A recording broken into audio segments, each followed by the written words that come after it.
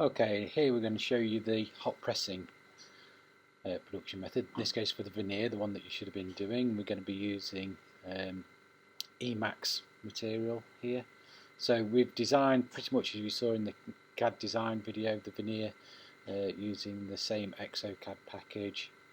Just pick the different option, highlighted the margin and so on like you saw before, and then we've printed these off, printed them in wax, and here we've sprued them just like we did the full gold crown really. So this is the lost wax process, but rather than casting we're going to be pressing the material into the mould, and it goes on this particular sprue former which you can see matches the size of the ingots that we use to press the ceramic into the mould. You'll see that in a second.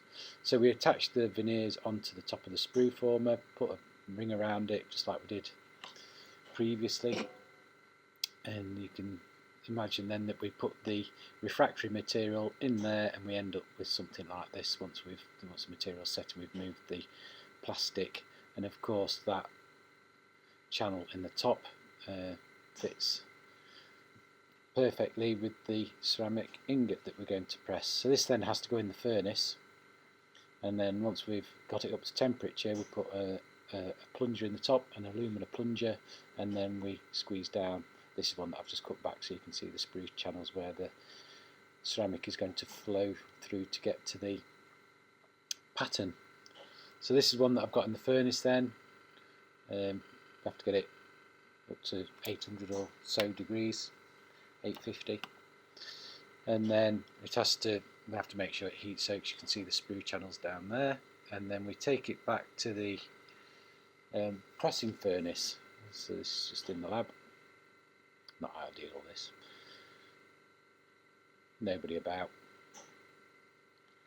So this is the pressing furnace. So we open it up, pop the mould inside. This is sitting at 700 degrees, the pressing furnace, and then we put the ingot in and the plunger, and then it has a mechanical ram in the top which presses down on the plunger, and once the ceramic's up to temperature that is, and squeezes the material into the mould, and it does that under vacuum as well.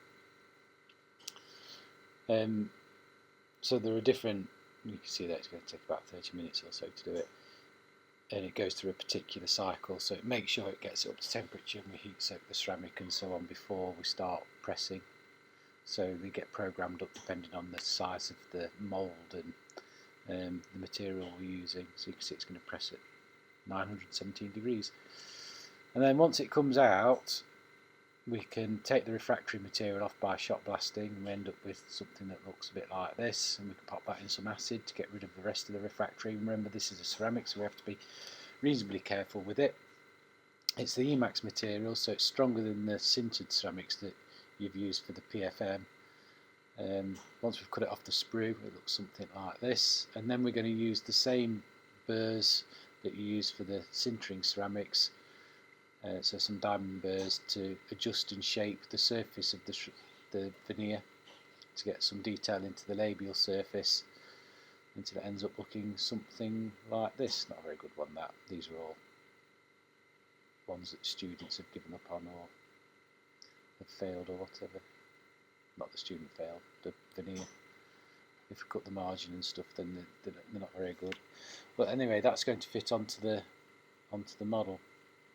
So we trim that up with the diamond burrs, and then we have to go through the glazing process as we do for all ceramics to get that surface finish on that's going to be aesthetic and hygienic and toughen up the material and so on.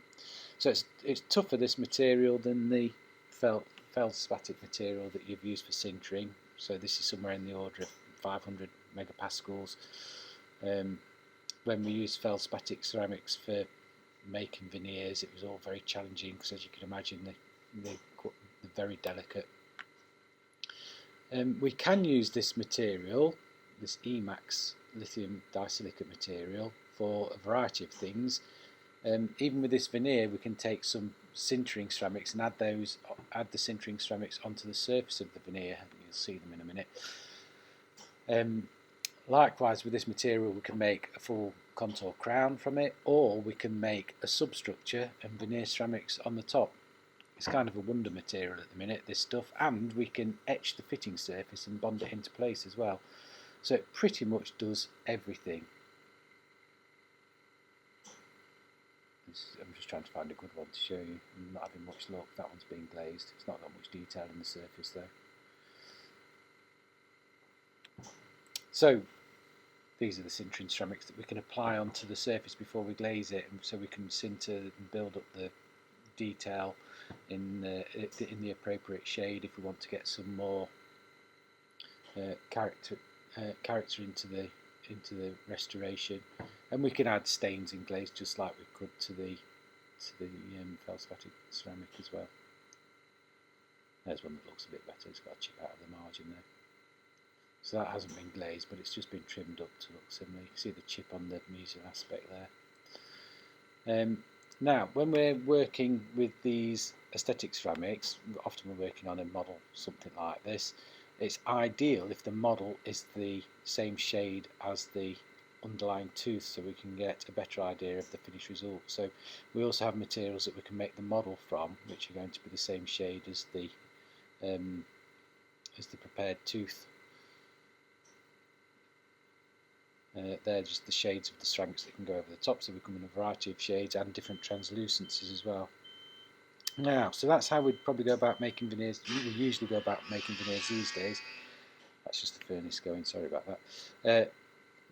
Previously, when we used sintered ceramics, we'd start off with a model, put the dye spacer on as you can see, duplicate it and make a refractory model like this and apply the sintering ceramics straight onto the refractory model. And that's going to support the ceramics in the furnace. You can see them being built up on this. I don't know whether anybody does it like this anymore, possibly, but you might see it referred to. But that was the sintering ceramics, quite weak, so I think most people have skirted away from that now. Anyway, any questions about that, let me know. That's the hot pressing technique, and in this case for Emax, that's the brand name. It's the lithium disilicate material. Other manufacturers make equivalent materials, and we can make veneers, full gold crowns, inlays, onlays, small bridges, all sorts out of it. Okay.